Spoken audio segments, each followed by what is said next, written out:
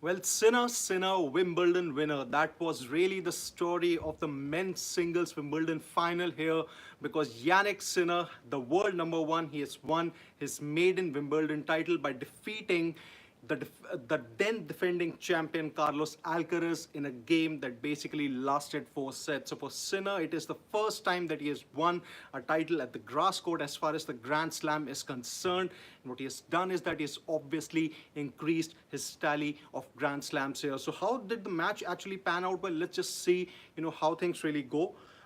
In the first set, it was clearly dominated by Carlos Alcaraz, who was clearly behind in the first set about 4-2, but then he clawed his way back into the game and then went on to win the first set 6-4. But then after that, it was clearly Sinner dominating the proceedings. In the second, third, and the fourth test, he managed to make sure that he broke Alcaraz not once but twice, but obviously on multiple occasions, and that towards the end turned out to be a great difference for Sinner, who went on to win his maiden Wimbledon title. The scoreline actually read for Sinner, he lost the first set 4-6, but then in the remaining 3 sets, he won it 6-4, 6-4, and 6-4. And it's turned out to be, pretty much a redemption for Jannik Sinner here, who had actually failed to win a Grand Slam apart from winning the Australian and the US Open here, he's still yet to win the French Open, and that's where, he has had some kind of redemption. But also, the story of Jannik Sinner, from 2024, it's a pretty much an inspirational one. He literally had to go through a lot of hardships because last year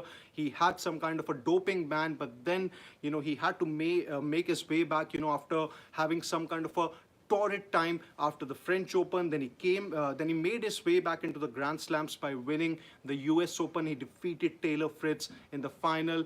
Also in Australian Open, he won that, but in French Open, it was a tight contest against Carlos Alcaraz. He managed to do well in that game, but then he could not really win the 5-set thriller, and towards the end, it was Alcaraz who was the winner.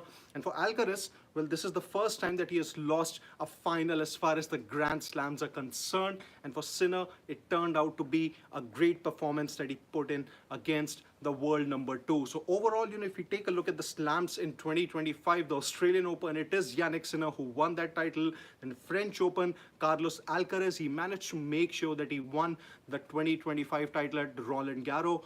And now at Wimbledon on the grass court, it is Jannik Sinner, the world number 1, who has won his maiden Wimbledon title.